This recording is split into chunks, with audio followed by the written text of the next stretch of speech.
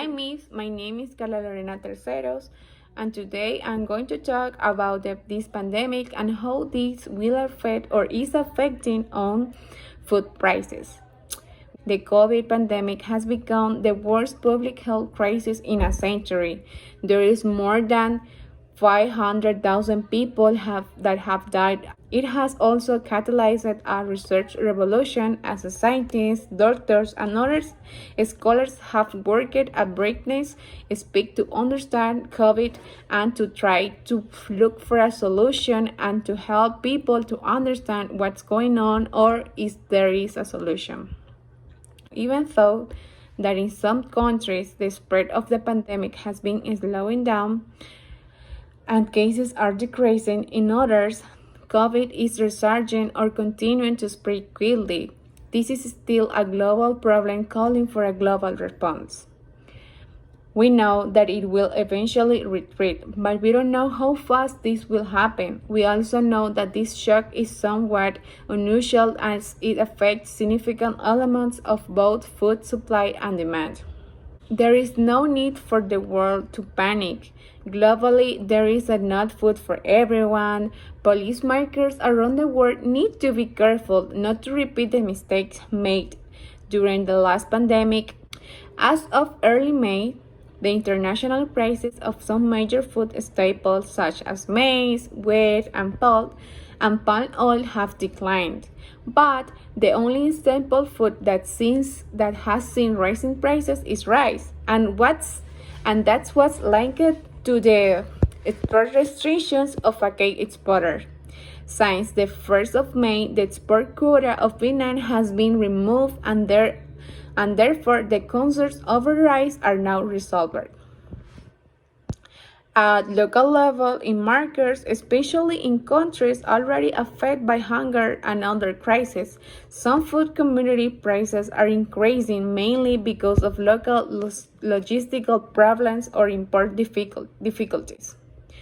For example, in Syria, significant prices increased as much as 40 or 50% in food staples, and some shortages in basic goods have been reported since the middle of March. The price of vegetable seeds or their inputs in that farmers need also rose, and we have another example. Pesticide prices record a 100% increase in henna in April. So the price of a pack of tomato seeds went up from $25 to $31 in April in homes. FAO is concerned about the medium and larger term consequences of the pandemic. The significant slowdown of all economies of the world and especially of the most vulnerable ones as unemployment rates have risen. And COVID's economic impacts will be felt more in the future. This will make countries, especially food import depend on countries, struggle to have the needed resources to buy food. And this will have a negative impact on farmers and on the agricultural sector. To avoid disruptions, the food supply chain and food production is urging all countries to do things that can help to deal with the pandemic. One of the things that they recommend is to keep international trade open and take measures that protect their food supply chain, from obtaining inputs such as seeds to assuring smallholder farmers have access to markets to sell their produce. Another tip that they tell us is to focus on the needs of the most vulnerable and scale up social protection programs, including cash transfers. There are many maintain agriculture activities. Also, international cooperation is key. There is enough food in the world, and local crises can be avoided with cooperation and open trade. There are some things that we can do to help to deal with this pandemic. First, countries should meet the immediate food needs of their vulnerable populations. For example, ensure emerging food needs are met.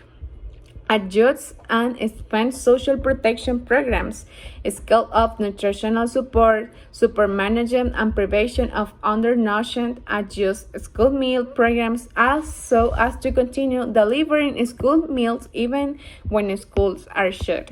The FAO called on the region's governments to implement measures to support children whose families have greater difficulties in accessing food and ensure that children's access to nutritious food is maintained.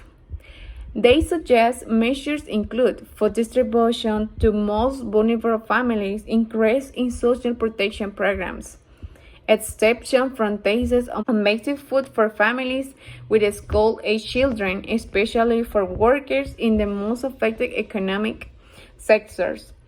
Another thing that countries should do is boost their social protection programs. This could entail increased transfer amounts to people already benefiting from social assistance through a one-off payment and prior to full-blown impact of the crisis as early action to mitigate the impact.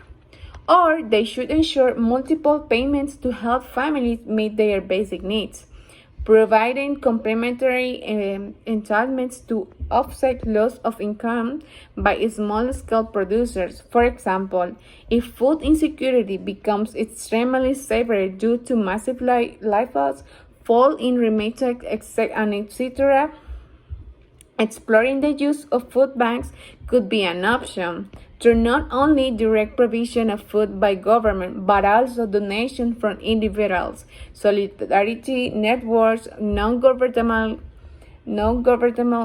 organizations enable mobile payment systems to prevent disruption in delivery of cash entitlements due to the restrictions on movement, injecting funds in the agriculture, fisheries, and aquaculture sectors. Another thing that countries should do is gain efficiency and try to reduce trade-related costs. Building resilience is duty for all if we are to reap the benefits of global interdependence. To support farmers and their organizations in the coming months, it is important to allow movement of seasonal workers and transport operations across domestic and international borders. Another good practice would be to identify collection centers closer to producers. For example, develop storage facilities like warehouse receipt systems platforms where farmers can deliver their produce without the need to go to markets.